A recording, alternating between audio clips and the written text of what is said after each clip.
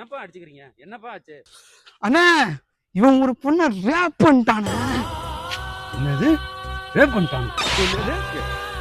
உசுரோட விடக்கூடாது. அண்ணே ஒரு நிமிஷம் சொல்றேன். ரேப்லாம் பண்ணனே, இப்போதானே கல்யாணம் நடந்து ஃபர்ஸ்ட் நைட் முடிஞ்சிச்சு. அதை தானே நான் வந்துட்டேன். அதுக்கும் உன்னை ரேப் பண்ணான்னு சொல்றதுக்கும் என்ன சம்பந்தம்?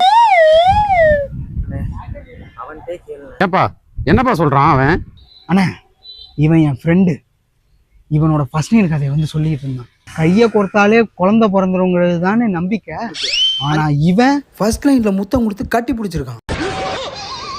ஆனா ஒரு பொண்ணை ரேப் பண்ணியிருக்கான். எப்படி சிக்கிரிக்கம் பாத்தியாப்பா? ஏய் தம்பி, அது ரேப்லாம் இல்ல தம்பி, கணவன் மனைவிக்குள்ள நடக்கிற தாம்பத்திய வாழ்க்கை. என்ன தாம்பத்திய வாழ்க்கை? கையை கொடுத்தா புள்ள பிறக்குங்கிறது தானே நம்பிக்கை. அதை தவிர்த்து மற்றதெல்லாம் பண்ண முடியும். பண்ணா தப்பு கிடையாதா? இருங்க, உங்களுக்கு எப்படி அதெல்லாம் தெரியும்? நானும் கல்யாணம் வந்தேன்டா. தாம்பத்திய வாழ்க்கைன்னா அப்படிதான்டா இருக்கும். ஓ, அப்ப இவனை மாதிரியே நீங்களும் தப்பு பண்ணிருக்கீங்க. சமுதாயத்துக்கு சட்டவிரோதம் பண்ணிருக்கீங்க. நான் வந்தோன்னே இவனை அடிச்சிட கூடாது. யார் அடிச்சிருக்கணும்?